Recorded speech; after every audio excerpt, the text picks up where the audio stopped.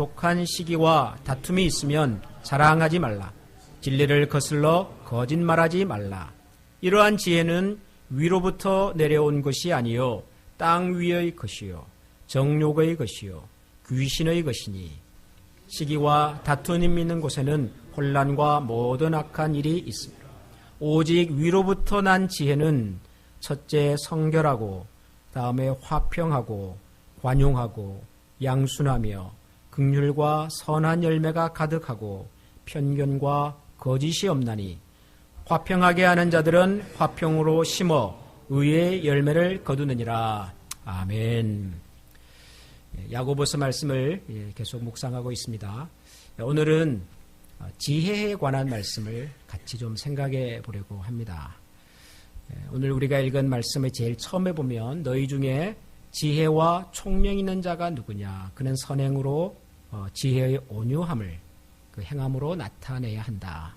지혜에 관한 말씀을 하십니다.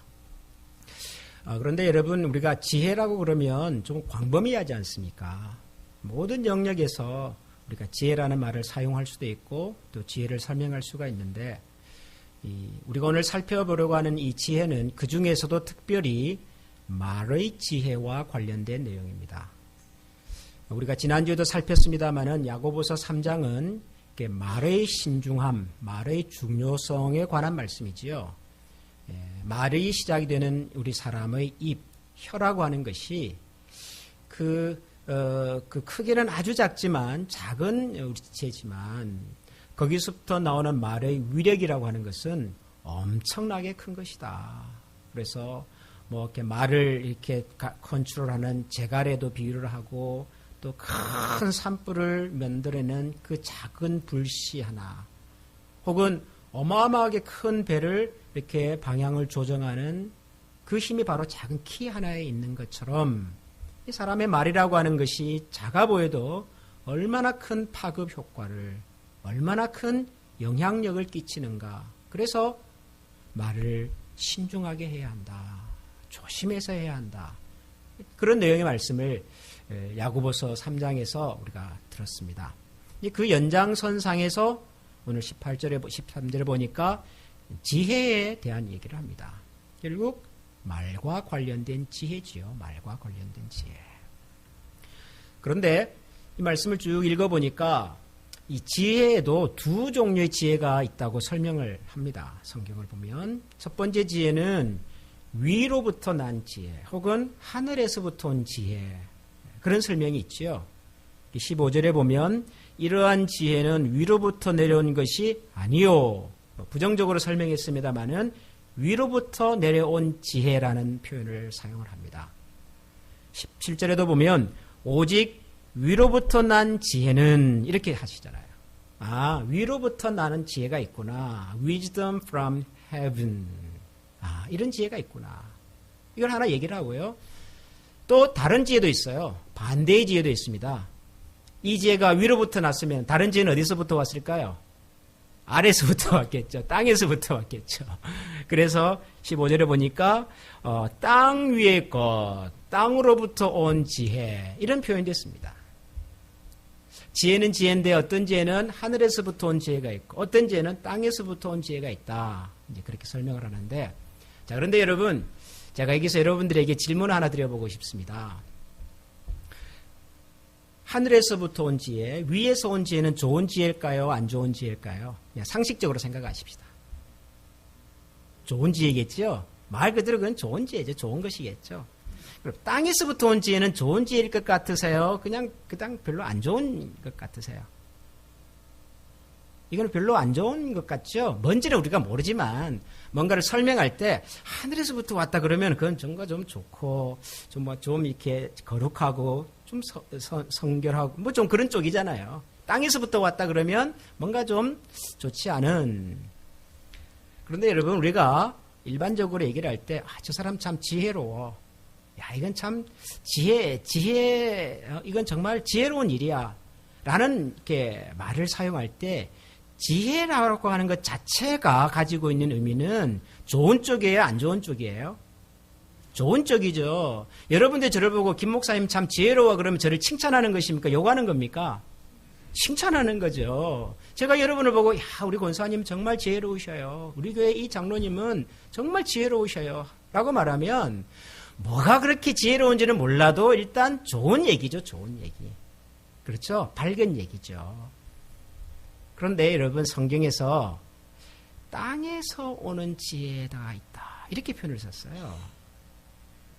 여러분 잘 생각해 보세요. 땅에서 오는 것은 땅으로부터 왔다는 것은 그건 좋은 것은 아니에요. 그렇죠? 좋은 것은 하늘에서부터 오는 거잖아요.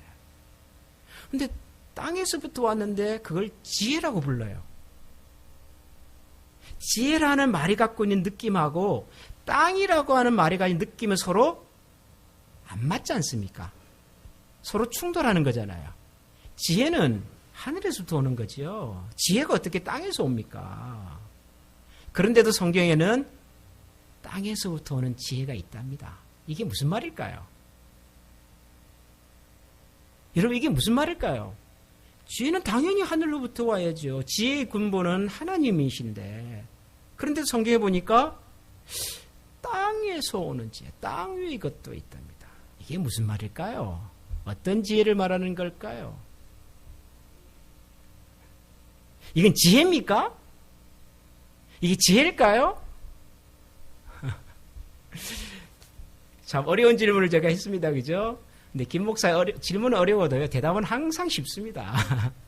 이건 지혜가 아니겠지요. 당연히 아니겠지요. 그런데도 왜 성경에서는 이것을 땅 위에서 오는 지혜다 그렇게 표현을 했을까요? 왜요? 진짜 지혜라서요? 아니요. 사람들이 이것을 지혜라고 말한다 그 말이에요. 진짜 지혜는 참된 지혜는 그건 하늘에서부터 오는 겁니다. 하나님이 주시는 마음입니다. 그게 지혜예요. 그럼에도 불구하고 사람들은 이 세상에서 오는 지혜, 이 세상이 주는 어떤 생각, 이 세상이 우리에게 말하는 것들을 지혜라고 말한다는 거예요. 그래서 저는 이것을 이렇게 표현하겠습니다. 오늘 설교 시간에는 소위 지혜라고 하는 것. 그럼 이해가 좀 되십니까? 사람들이 지혜라고 말하는 것들도 있다는 거예요. 성경은 지금 이걸 얘기를 하려고 하는 것입니다. 하나님께서 그래 이것은 지혜다라고 인정을 해서가 아니라 사람들은 이게 지혜가 아님에도 불구하고 이것을 자기들끼리는 지혜라고 말을 하더라는 거예요. 어떤 지혜요? 땅에서부터 오는 것을. 그게 뭐냐 하는 겁니다. 그게 뭐냐. 오늘 제가 말씀드리려고 하는 것은 이 두 가지의 지혜 중에서 이 두 번째 나오는 땅 위의 지혜, 소위 지혜라고 말하는 것에 대한 말씀을 나누려고 합니다. 왜냐하면 사실 우리가 하늘에서부터 주어지는 지혜, 하나님께서 주시는 마음의 근본적인 이 변화로서의 지혜는 참 어려운 이야기입니다. 여러분 그렇죠? 솔로몬은 지혜의 근본이 하나님을 경외하는 것에서부터 나온다고 했는데 하나님을 경외한다는 것이 얼마나 크고 얼마나 어려운 이야기입니까? 그 얘기는 좀 나중에 하려고 합니다. 그런데 지혜가 아님에도 불구하고 사람들은 이것을 지혜라고 말하는 것이 있어요.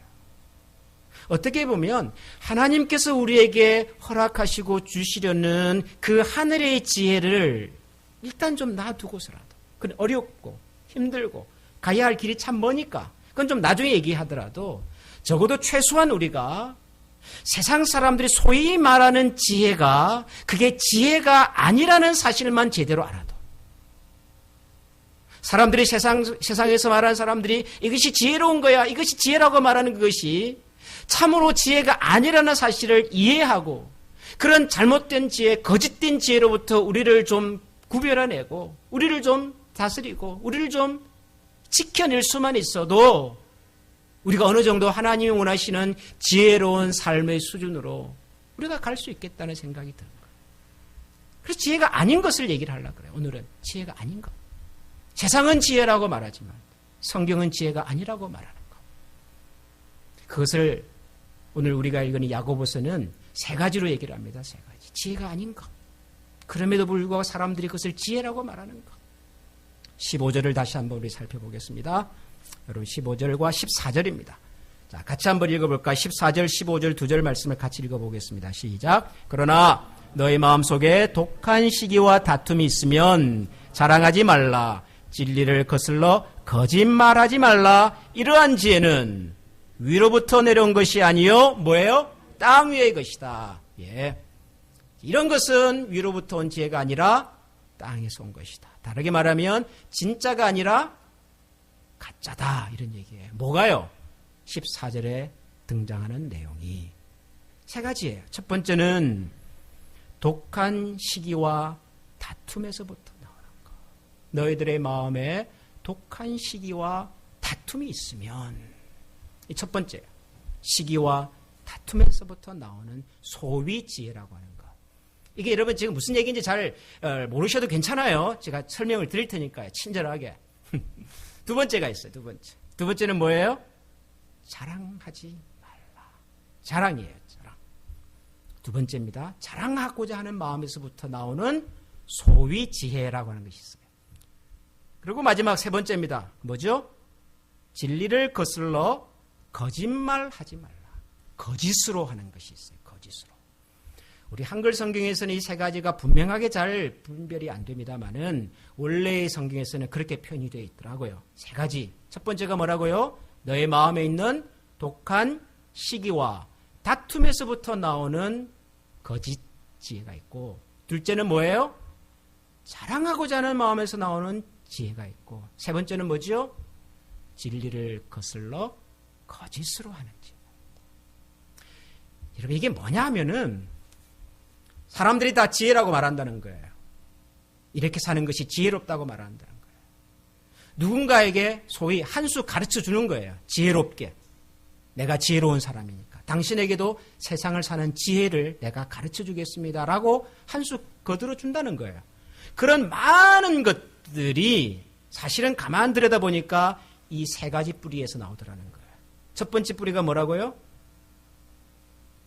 그 마음에 아주 지독한 시기와 다툼에서부터 나오더라.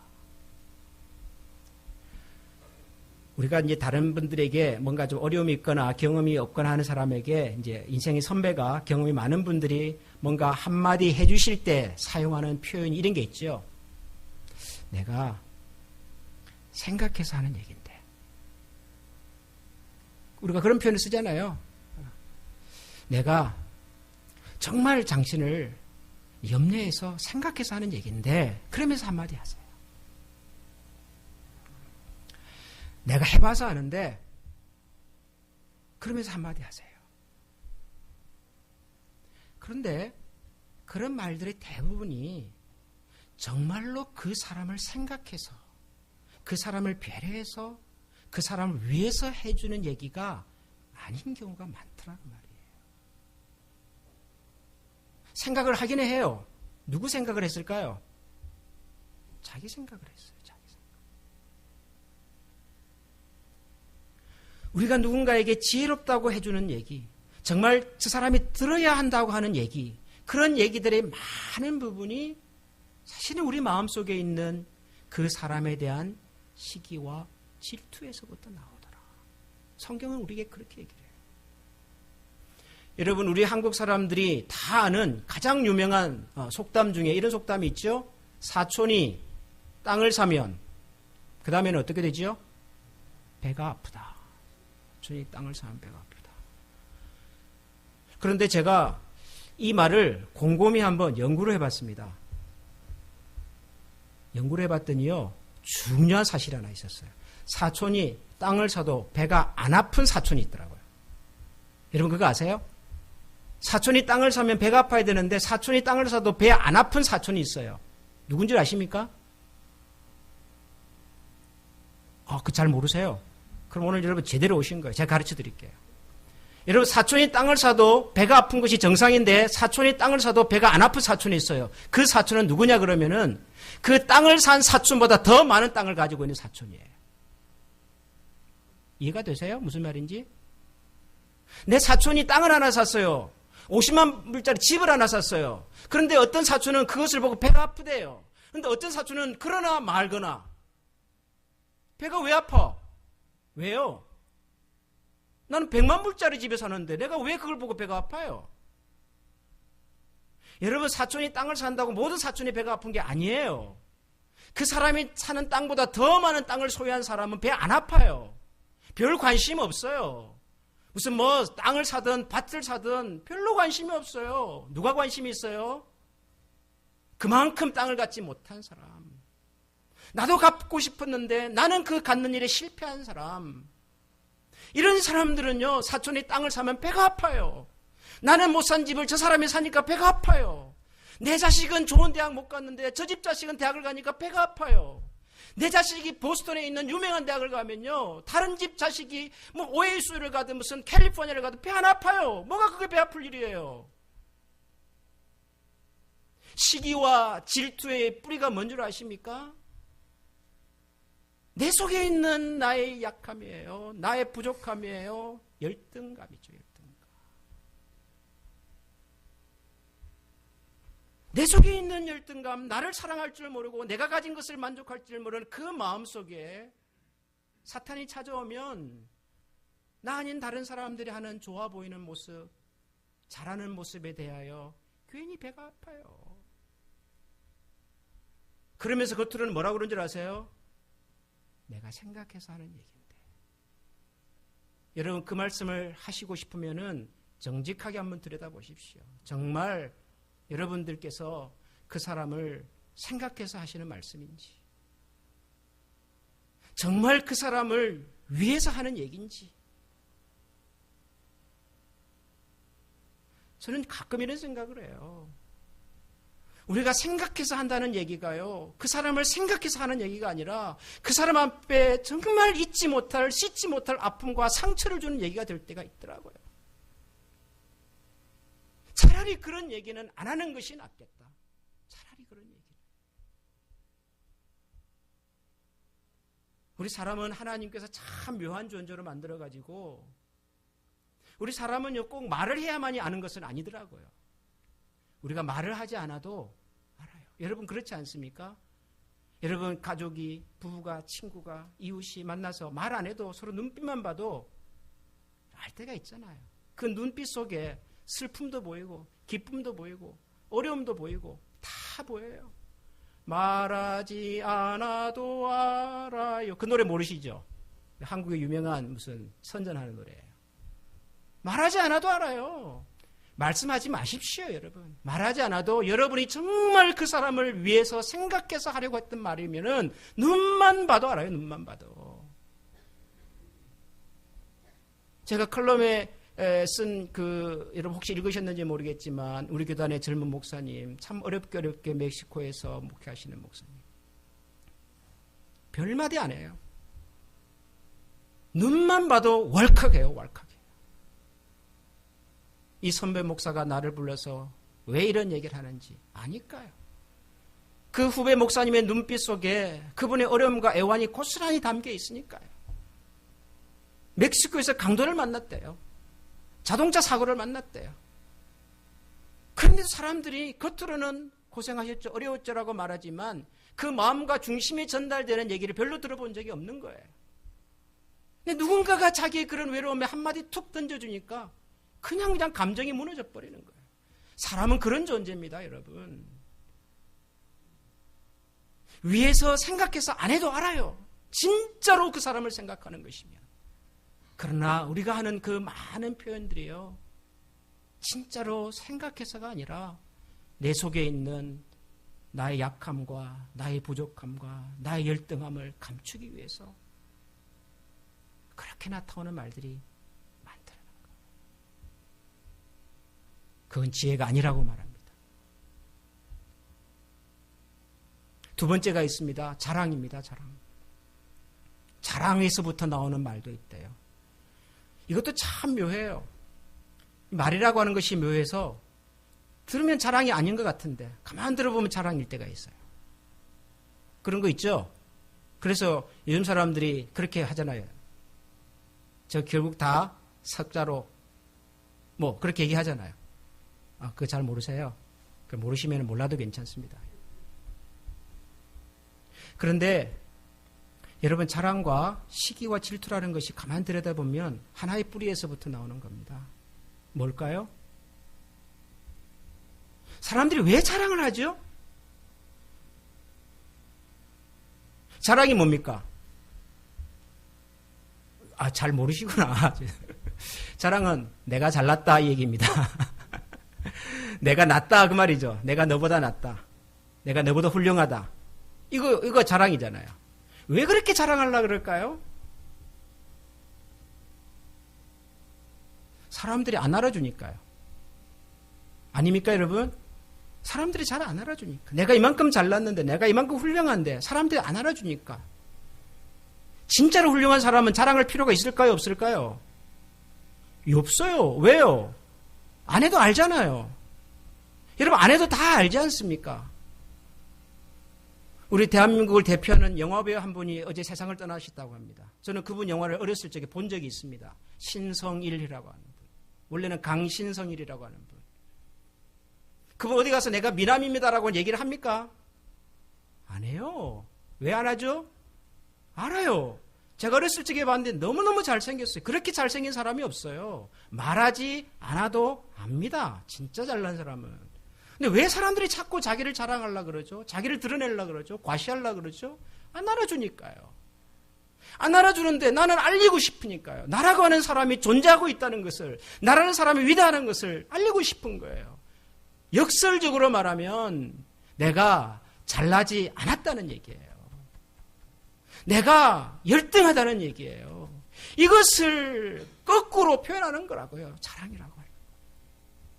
그러니까 여러분, 시기도 결국은 자기 자신을 사랑할 줄 아는 모르는 마음에서 나오는 거예요. 자랑도 결국은 자기를 사랑할 줄 모르는 마음에서 나오는 거예요. 제가 아침에 교사들과 예배드리면서 그런 비유를 들었어요. 우리 어른들은 신성일 씨가 제일 잘생긴 배우지만 우리 젊은 사람들이 제일 잘생긴 배우로 기억하는 사람은 정우성. 그다음에 또 누가 있죠? 또 누가 있나요? 좀 얘기해 봐 주세요. 알면서 말씀하지 않으시는 분들. 할 때 많아요. 근데 제가 그런 분을 부러워할까요, 안 할까요? 제가 정우성 씨를 부러워할 것 같으세요? 안 부러워할 것 같으세요? 전혀요, 전혀. 여러분, 제가 김민석 목사입니다. 저는 조인성 부럽지 않습니다. 저는 정우성 씨 부럽지 않아요. 저는 정해일 부럽지 않아요.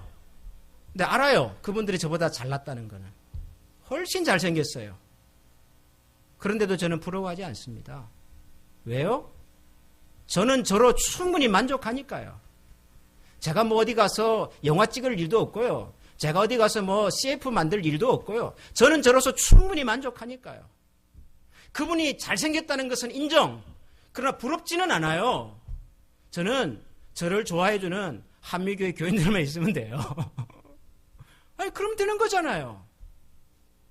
맨하탄에 있는 펜트하우스 한 채 값이 뭐 600만 불이니 뭐 1000만 불이니 부러워요? 죄송하지만 저는 부럽지 않습니다. 왜요?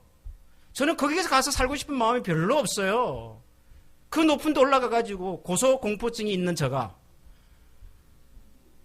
그 복잡한 동네에 가서 그 밤마다 뭐 맨하탄의 야경을 보면서 그것도 하루 이틀이지. 저는 차라리 우리 동네에서 이 아름다운 가을을 보면서 뭐 제가 좋아하는 커피도 한잔 마시고 말이죠. 치즈케이크 뭐 이런 것도 하나 먹어가면서 저는 이렇게 사는 것이 훨씬 나아요. 좋은 집이라는 거 알겠어요. 그분이 부자라는 거 알겠어요. 그러나 부럽지는 않아요. 왜 우리가 누군가에게 시기하는 마음과 왜 나를 이렇게 막 과시하려고 하는 마음을 가질까요? 왜? 내가 나를 사랑하지 않아요. 내가 얼마나 소중한 존재인지를 모르고 사는 거예요. 하나님 우리 한 사람 한 사람을 얼마나 대단한 사람으로 만들었는데 세상에 나 같은 사람이 있습니까? 세상에 여러분 같은 사람이 있습니까? 여러분만한 사람이 있습니까? 여러분보다 뛰어난 사람도 있겠고 여러분보다 잘난 사람도 있겠으나 여러분만한 사람은 없다고요. 하나님은 우리를 그렇게 만들었어요. 뭐가 답답해서 그렇게 시기를 하고 뭐가 그렇게 답답해서 자랑을 하냔 말이에요. 이것으로도 충분한데요. 이것으로도. 그러고도 사람들은 거창하게 포장을 합니다. 생각해서 하는 얘기인데, 내가 뭐 배가 아파서 하는 얘기는 아니고 나도 그거 다 해봤는데, 여러 가지로 포장을 하고 수식을 하면서 지혜롭다고 말하지만 성경은 전곡을 네 속에 지독한 시기와 질투가 너를 드러내지 못해서 그렇게 답답해하는 세상 속에서 지혜라고 말하지 마라. 지혜 아니라는 거예요. 여러분, 이것이 이 두 가리가 끝까지 가면 어디서 만나는 줄 압니까? 거짓에서 만납니다. 거짓.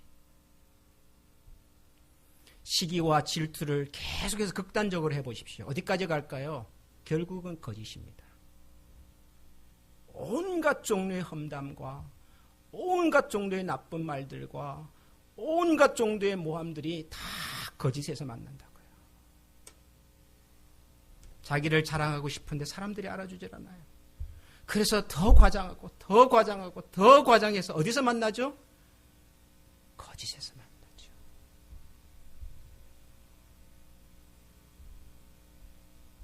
여러분, 우리가 세상을 살면서 이 세 가지 마음의 뿌리에서 나오는 것들만 조심해도 우리는 지혜로운 사람이 될 수 있습니다.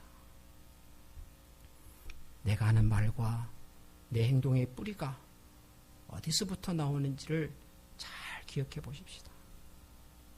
정말 내 속에 나를 사랑하지 못하고 나를 존중하지 못하는, 그래서 하나님이 주신 나로 인해서 만족할 줄 모르는 그런 내 속에 있는 또 어두운 나로 인하여 혹시라도 우리가 시기하거나 과도하게 우리를 과시하고 싶어 하거나, 그리고 그것이 거짓인 줄도 모르고 거짓의 수렁에 빠져서 누군가의 마음에 아픔과 어려움을 주는 일이 없는지 우리 스스로를 돌아보고 우리의 말의 뿌리를 살펴보고, 차라리 그럴 자신이 없으면 조용히 침묵할 수 있는, 말은 하지 않지만 우리의 마음과 중심이 우리의 눈과 가슴을 통해서 누군가에게 전해질 수 있는 그런 하나님의 사람들로 우리 함께 살아가기를 소원합니다. 제가 설교 마지막에 짧은 시를 하나 준비를 해왔는데요. 제가 한번 읽어볼게요. 여러분 한번 들어보세요. 침묵하게 하소서. 침묵하게 하소서. 찰나의 그릇된 생각으로 죄짓지 않게 하소서. 나의 부족함으로 인한 죄의 씨앗이 싹을 틔워 다른 이들의 마음을 흔들지 않게 하소서. 주님, 당신이 허락하신 의지로 침묵을 봉헌하게 하소서. 침묵하게 하소서. 기도하겠습니다. 하나님, 언어는 하나님이 우리에게 주신 고귀한 선물입니다. 누군가를 말을 통하여 위로하고 사랑하고 격려하며 용기와 희망을 줄 수 있다면 이 말은 이 세상 어떤 것보다 값진 선물이며 하나님의 은혜임을 고백합니다. 그러나 하나님, 우리가 지혜라는 이름으로 포장하여 하는 말과 행동 속에는 어쩌면 시기와 질투와 그리고 우리를 드러내고자 하는 우리의 욕망과 그리고 결국에는 거짓으로 말미암아 누군가의 영과 마음을 지울 수 없는 상처와 아픔으로 이끌어갈 때가 있음을 고백합니다. 주님, 저희들에게 가르쳐 주시되 하나님께서 은혜와 보배로 주신 이 말을 잘 사용하게 해주시고, 그럴 자신이 없다면 차라리 저희들에게 침묵할 수 있는 지혜를 허락하여 주시고, 말보다도 우리의 마음과 감정과 눈빛과 몸짓으로 서로를 껴안고 서로를 품고 함께 하나님의 나라를 이루어가는 저희 모두가 되게 하여 주옵소서. 예수님 이름으로 감사하며 기도합니다. 아멘. 우리 다 같이